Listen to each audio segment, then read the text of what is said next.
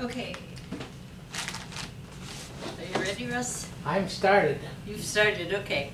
Well, welcome. I hope you're going to find something interesting and something that you can use with your genealogy today.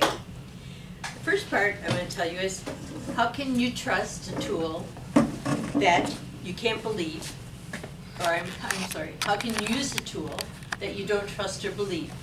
You're using a scientific object that you don't know what's going on, what's happening. So I'm going to show you how you can use artificial intelligence and how it's going to help you in genealogy.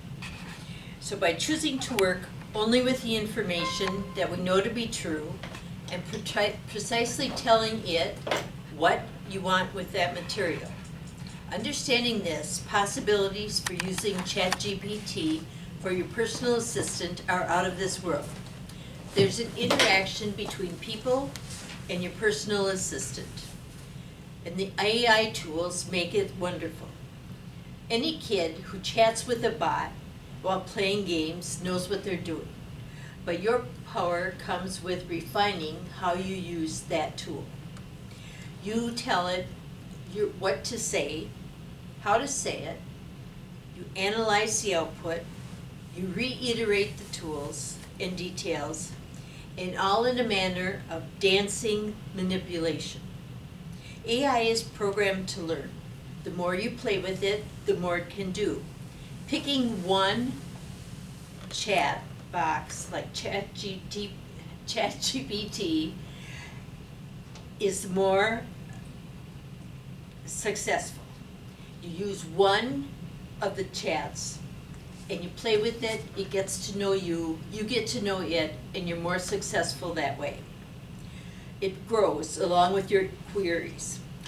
I have a set of pages here that I'm going to give you, and you're going to see by Andrew Redfern's graph how it evaluates which AI tool works best for which task. Favorite genealogists I've used in today's speech will help you determine which ChatGPT is the leader at this date for genealogists. It'll save you work by choosing just one. You can go through and pick different ones for different tasks, but some may cost you money. ChatGPT is free for limited usage, but if you want to use it for a long period of time, it's worth the money. It'll cost $20 a month, but it's not a search engine. It's not a fact checker, and it may lie to you. You have to watch what you're doing, and you have to check the facts. You have to plug in those facts and look for the needle in the haystack, but it'll do that for you.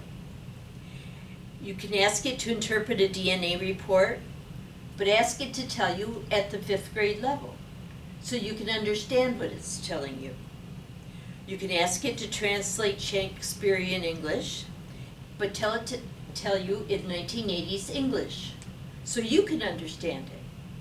You can ask it to tell a story as if the great-great-grandfather came from Hungary, but always recheck the facts to make sure it's a sensible summary. You can paste pictures in a text box and ask it to tell you what someone's wearing or what the words say in the description of a statue. You can put pictures and have it analyzed on a spreadsheet. You just tell it what to describe what it sees. Foreign languages should be entered in quotation marks, and then ask it to describe the language. Always use Grammarly and spell check to avoid errors along the way.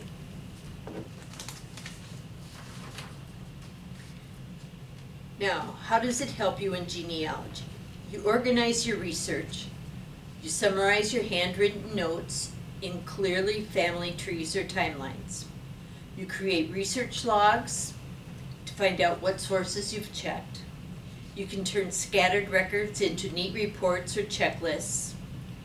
You can interpret and explain old terms like occupations, Latin phrases, church records. You can decode confusing entries like from sentences or abbreviations. You can get historical context like immigration waves from the European countries, wars, cultural practices. You can do writing and storytelling. You can get your facts and information you have from everything you've collected from your ancestors and have it print readable family stories or biographies for you. You can draft introductions for family history books or websites. You can have it write captions from your family photos or your family tree books. In research planning, it'll suggest record types to check, like looking for land deeds, ship manifests, church records. You can provide strategies for your brick wall programs, like if someone was born in 1850 in rural Ireland with no parish name, you can look for strategies to find the brick walls in that area. It'll handle data, analyze spreadsheets of names, dates, and spot inconsistencies and duplicates. It'll suggest ways to structure GEDCOMs for you, or GEDCOMs, exports or research logs.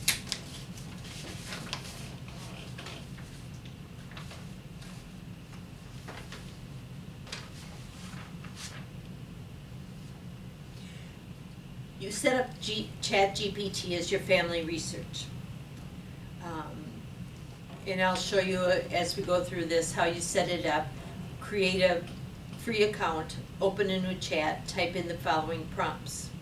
And I have the prompts and we'll go through that. I want to tell you what ChatGPT cannot help you with. You can't access live databases like Ancestry or Family Search. It can read old handwriting, but not with complete accuracy. If you want that, Claude is a better AI program to use. It can't confirm unknown ancestors or DNA matches. It can't replace real document-based analysis.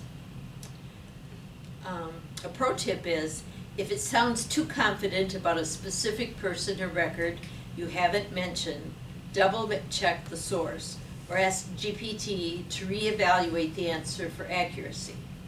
Remember, it's analyzing only the facts you give it.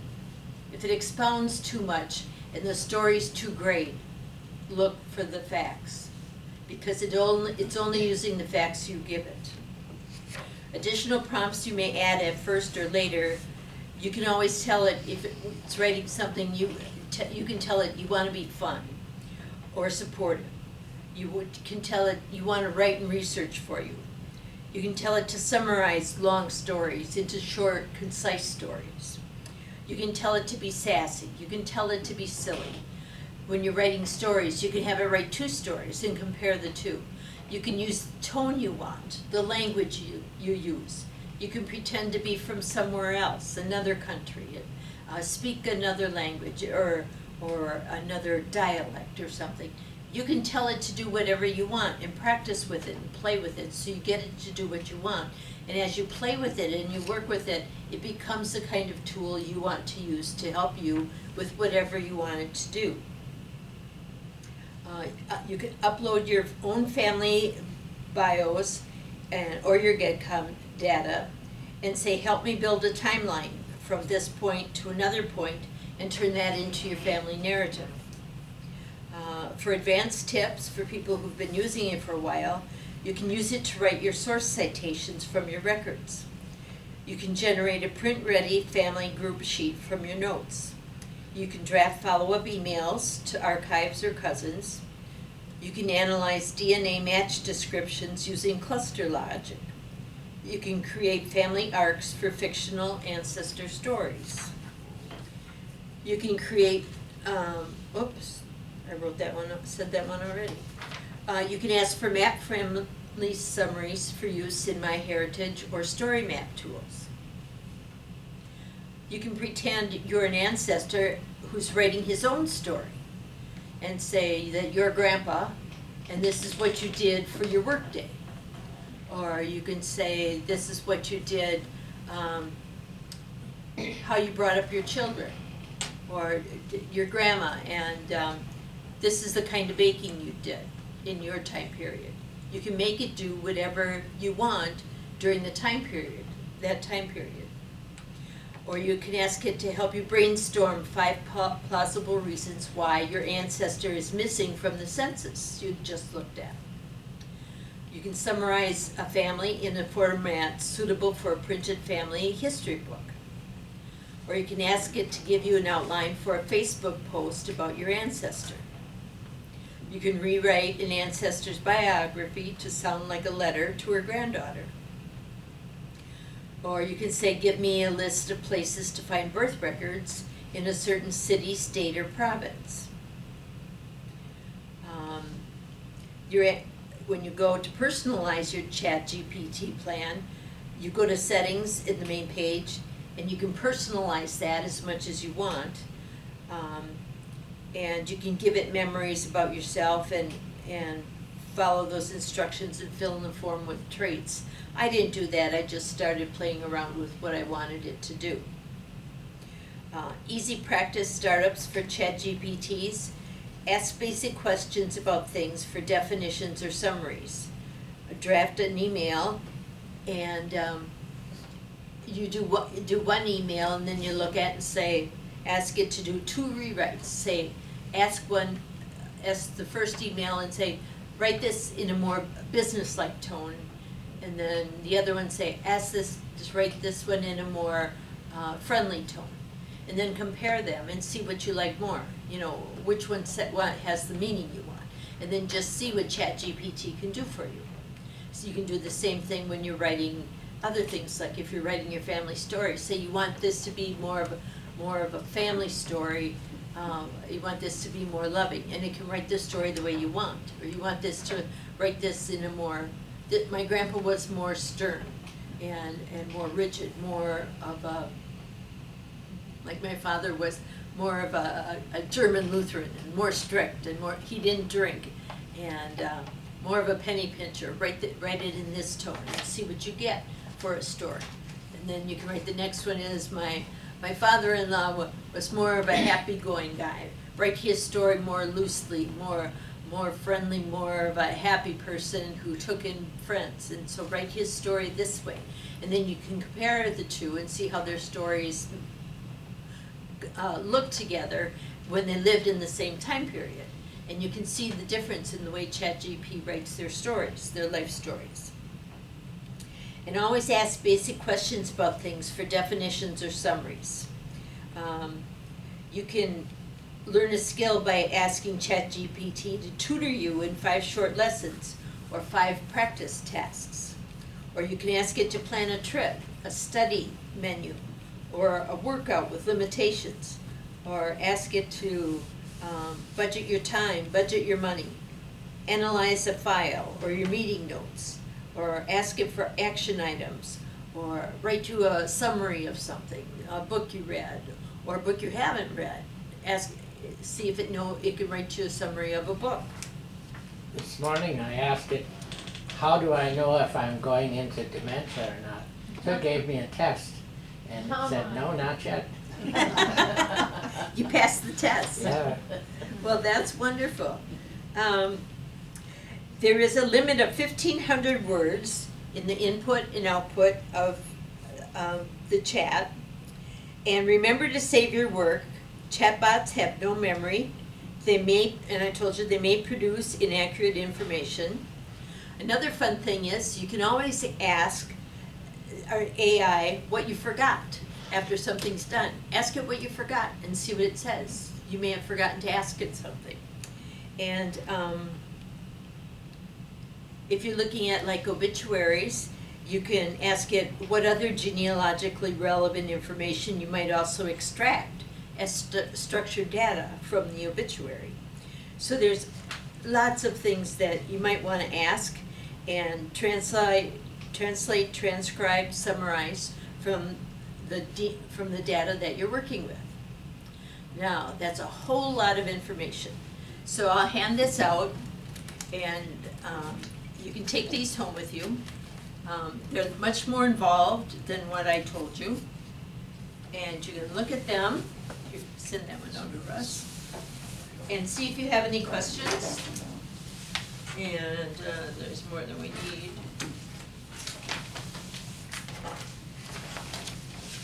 And then if anybody brought anything that they want to, questions that we can search and want to chat about, we'll see what we can do here. I looked up family search, so we could look up a chat or start a chat